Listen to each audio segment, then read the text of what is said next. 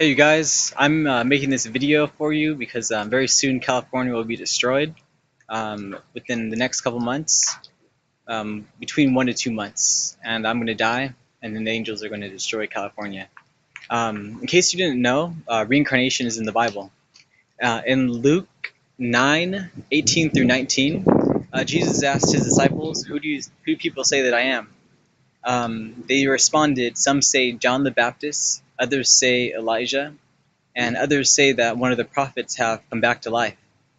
Reincarnation was well known among early Jews and Christians, but the disciples, the Pharisees, they tried to deny it. They denied the resurrection and that we would be brought back to life. In John 9:12, Jesus passed a blind man with his disciples, and they asked Jesus, who sinned in order for him to be blind? Was it the man or was it his parents? And this man has been blind since birth. In order for him to have sinned, he would have had to have a previous lifetime to sin.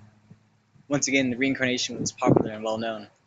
That's why they assumed that he could have sinned in his past life. Also, in several places, it says John the Baptist is Elijah. In Matthew 14, the entire chapter is about John. The entire chapter is about John the Baptist. And at the end of the chapter, Jesus says, whether you care to accept it, he is Elijah who was to come. In Matthew 17:13, Jesus says, I tell you that Elijah did come, and they did to him what they're going to do to me. And then it actually says that the disciples understood that he was talking about John the Baptist being Elijah who came. This has been long since prophesied. In Malachi 4:5, it says that Elijah will come before the Lord and before the vengeful day. And that was John the Baptist once again. In Luke 1:17, John says, Gabriel. Gabriel comes to John's father, and he tells Zacharias that you're going to name your son John, and he's going to come in the spirit and power of Elijah. Once again, all these scriptures I just gave you, Matthew 17:13, Luke 1:17, and Matthew 4:5, they all say that John the Baptist is Elijah. Throughout the Bible, it's kind of hinted that Jesus is Adam and that Jesus was Melchizedek. In 1 Corinthians 15:45, it says that the first Adam came and sinned, but the second Adam came and brought life. In Hebrews 7:17, it hints that Jesus was Melchizedek, who gave offerings to Abraham. It says that you were made a priest forever in the order of Melchizedek. And all this I'm telling you, it's fact. There was a prophet who lived. His name was Edgar Casey, and he basically died to save mankind, and he did die to save me. He's been my guide a lot of the time. I'm going to quote you a part of his book. Now, there's the question that was asked to him while he was in trance.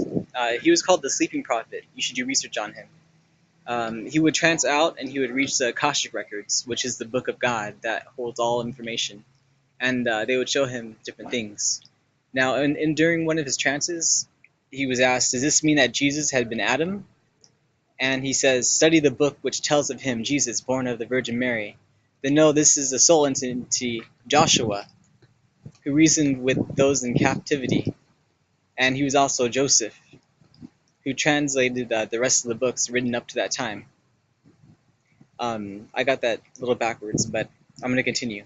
Then realize also that that is the same entity who has Joshua as a mouthpiece of Moses, who gave the law, and was the same entity who was born in Bethlehem, the same soul entity who in those periods of strength and yet the weakness of Jacob and his love for Rachel, who was their firstborn, Joseph.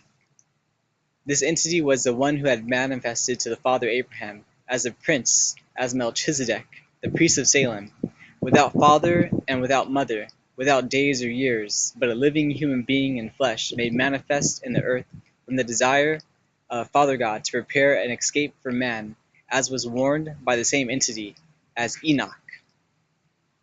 And he continues on to say that Jesus was Adam, or as the firstborn, or the first begotten of the Father, who came as Emilius in the Atlantean land, and allowed himself to be led into the ways of selfishness. And this was also the entity Adam, and this was the spirit of light.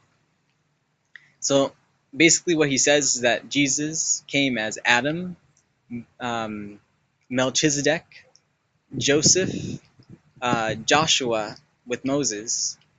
He was also the music teacher of David. That's how David learned to expel demons from Saul. And he came as Jesus Christ, who literally fills the entire universe. He is the whole universe now. Through his work and deeds, he became a very high existence. So I quoted you Edgar Casey.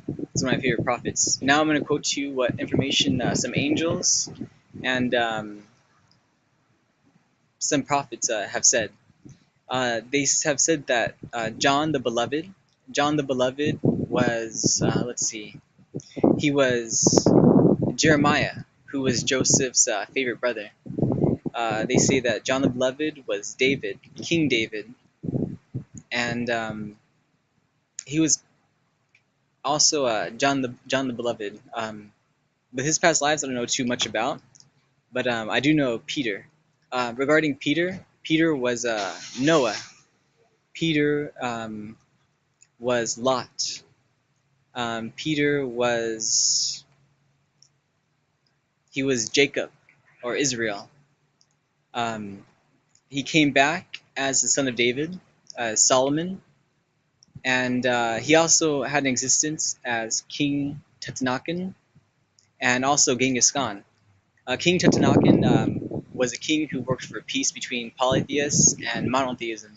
He basically, his father started the one God religion in Egypt, and he tried to promote it towards the end of his life, and the priests ended up killing him because Egypt turned backwards.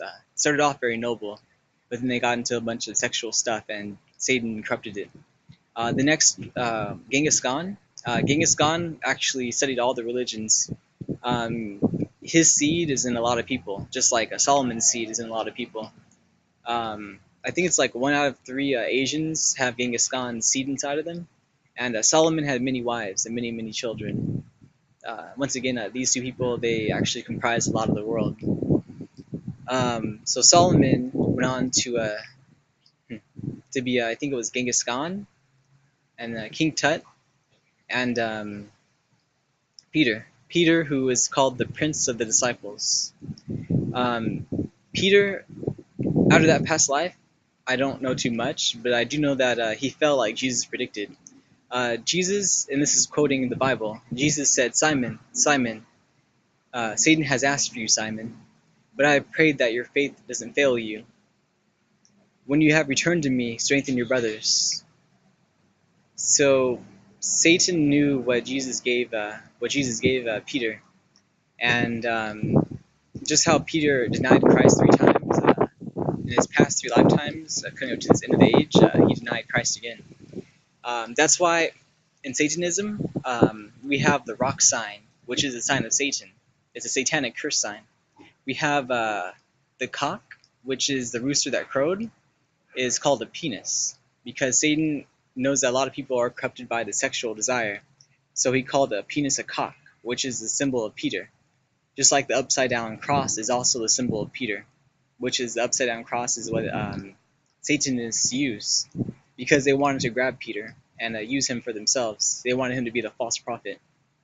Peter was crucified upside down, in case you didn't know, and the cock, the rock, and the upside down cross are all his symbols. Also, I'm not. This isn't as often, but in movies they call penis a Peter. Once again, this is all Satan trying to use symbols, and he also uses astrology and numbers to corrupt people and to use them for his advantage, even though everything is God's will, and he's realizing that now. Um, as I said, Peter in his past lifetimes he fell pretty hard. He could have been a great steward for God or for Satan, and in his past lifetime he was Hans Kammler. And Hans Kammler, if you do research on the De Glocke, it actually is a